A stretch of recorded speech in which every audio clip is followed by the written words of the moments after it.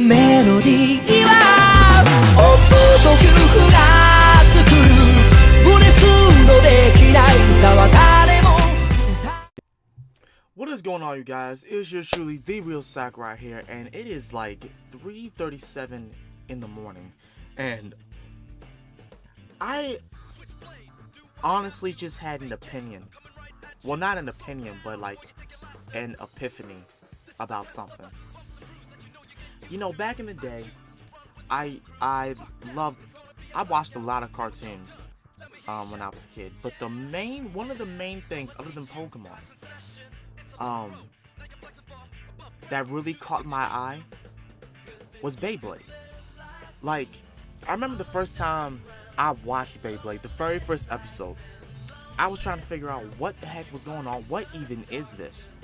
And then as I'm watching it, I'm like, why am I so intrigued by this? Like, what? It's literally just people, like not people, but little kids playing with spin tops.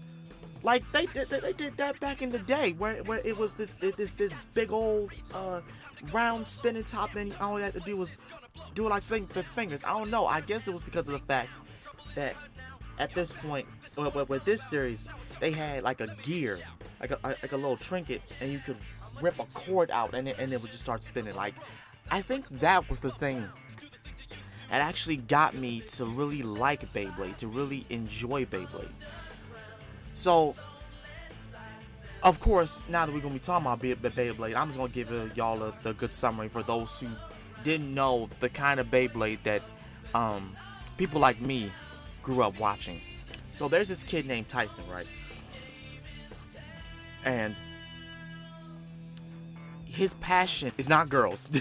His passion is not going to school. His passion is not getting a decent job. No, his passion is being the top Beyblader of all time in his city at this point. And then he comes along with this geek. A lot of them call him Chief, but his name's Kenny, and he was a whiz at fixing Beyblades and figuring out the different types and, you know, strengths and weaknesses of Beyblades. And he made Tyson this very cool cord that was like 10 times long than a normal Beyblade cord, like a normal rip cord. And because of that, Tyson could do certain tricks to make sure his blade could last longer in battle. So then he you know, was doing this, he's doing his own thing, and he's, you know, beating up opponents and whatnot with his blade, until finally we get introduced to two things. One, Kai. Kai is the protagonist, who is an edgelord, the very first edgelord I ever got to see in a kid show. That I noticed was an edgelord, because he was always, you know, stern, and it was like he cared about strength and weakness in people. And if you didn't like Beyblade, he had nothing to talk about. If you were a girl and you liked them, well, it's too bad, because he didn't care. He cared about Beyblade. And the second thing is the Bit Beast. Tyson had acquired this Bit Beast that apparently his family had inherited, that was locked inside this sword, and all of a sudden they just shoot it out into his blade, and it got a little picture. And that was another thing that I really liked about Beyblade. It was the designs of the Bit Beast. I love the fucking Bit Beast. Oh my god. I think my favorite one by far is, it was honestly Dragoon, but I started to like Dronzer and Drigger, and a little bit of Drasil. But I'm getting ahead of myself, because Dronzer is this red phoenix that Kai had as his Bit Beast. Drigger is I believe Drigger is freaking Ray's Bit Beast. Ray came from another country, and he used to be along with this other Bay team called the White Tigers, but dumb shit happened, and he decided to go his own way to expand his horizons and all that. There was a whole episode arc with him and dealing with his old team, and it was just nice, and I loved it. And then we get Max, who has Traceel.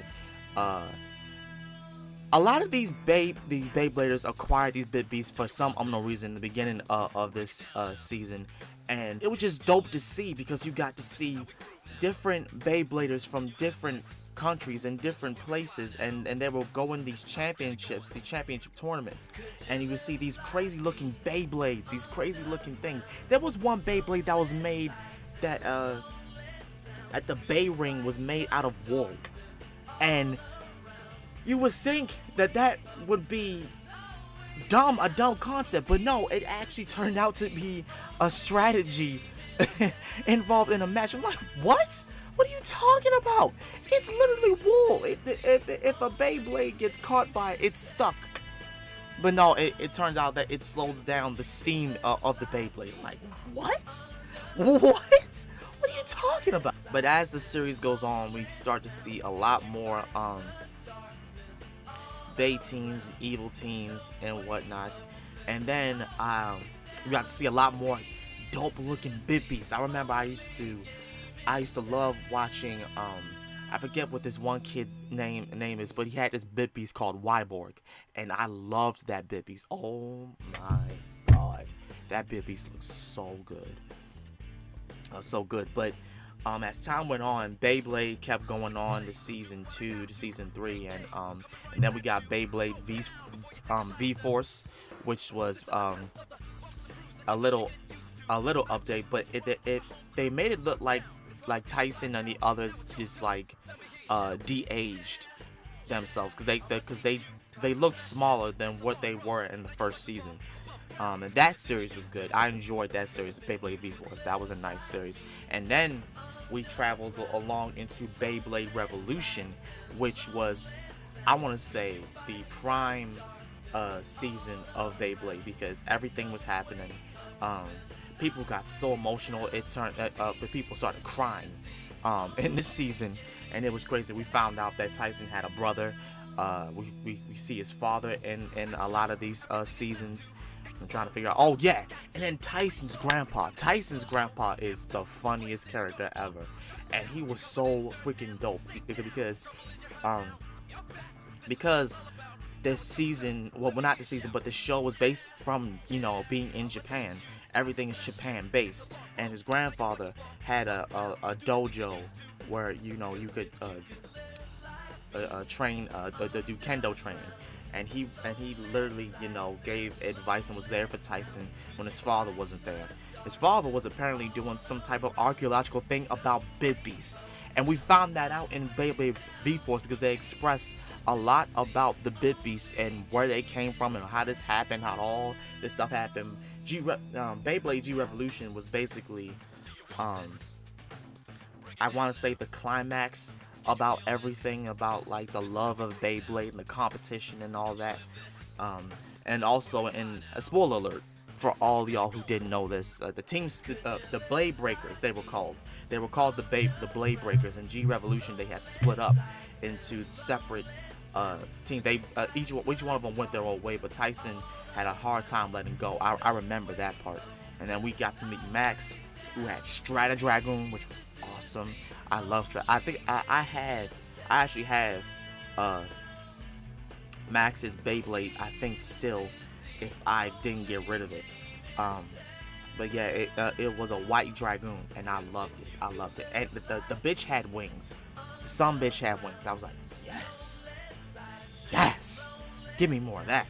It was hard to find some people who were interested in Beyblade. I remember this one kid, he was my friend back in middle school. He had a whole bunch of Beyblades, and I enjoyed playing with him and whatnot. Oh, because the one or two Beyblades that I had, I enjoyed that a lot. Even though we were made fun of it in middle school as little kids, I didn't really care. Wasn't worried about getting any girlfriends or whatnot, like everybody else was trying to, get sex and whatnot. I was focused on Beyblade. I loved Beyblade. Beyblade was my shit. But after that, that whole series, the series about Tyson and whatnot, a couple of years later, we had gotten Beyblade Metal Fight, Metal Fusion in America. That's what it's called in America. That was okay. The Beyblades got smaller. I want to say the Beyblades got actually kind of smaller, and what threw me off was that the Bit Beast art on top of the blade was dumbed down a lot. It wasn't like, you know, you could see the actual beast in the picture. No, now it's just symbols and logos, and I'm just like, really? You going to give us that? You going to dumb down the one thing that was so fucking cool about the original series? Like, seriously? Although I will say this, the Japanese openings were kind of dope. They were actually lit. I didn't mind the Japanese openings. I still would have loved to see Tyson and the rest of the game, but of course, people move on and whatnot, and so did Beyblade. I think Beyblade, Metal Fusion or Metal Fight moved on at like decades after Tyson and, you know, and all the rest of them, you know, the Blade Breakers had, you know, passed on or whatnot, because it looks like it was like all the way into the future. It looks like it. And then they changed the fucking Beyblades, dude. Like I don't know. It started out as like a small blade. Now it got into even smaller. Now it's microscopic. Because first they changed it to Bay wheels. Nobody liked them doggone things. Don't know why they changed it to Bay wheels. The actual put a wheel on the blade and have it spin around in a different way. That's stupid. That's dumb. Nobody wants that. And now get a new Beyblade series, and it's, I don't know, it's a different time period. I'm not into it, but I will forever remember in my heart the classic OG Beyblade series from season 1 all the way to G Revolution. I loved that to this day. I think on eBay we like you can still get the old school Beyblades, if I'm not mistaken. If I ever get a new Beyblade, I want to get a Dragoon Beyblade, because I always wanted a Dragoon Beyblade. Not sure about the others though, but I just love the show. I honestly just love the show. But yeah, that's going to be it for this episode. Well, not this episode, but this video. I wanted to do more of like the things that I remember, the nostalgia things that I remember. I probably will. But yeah, let me know what y'all think about, you know, the whole series Beyblade as a whole. I'm sure some of you grew up watching Beyblade, and I'm sure some of you haven't, and now you're looking at this you know, series about Beyblade and just like, why would they make this? The blades are so small. They used to be bigger, okay? They were 10 times bigger than the size than what you normally see. I want y'all to know that. So if you feel as though you're getting gypped, you are getting gypped. But as such, this has been the Ryo Sakurai, and thank you guys so much for your time, and I hope y'all have a fantastic weekend. I'm getting up.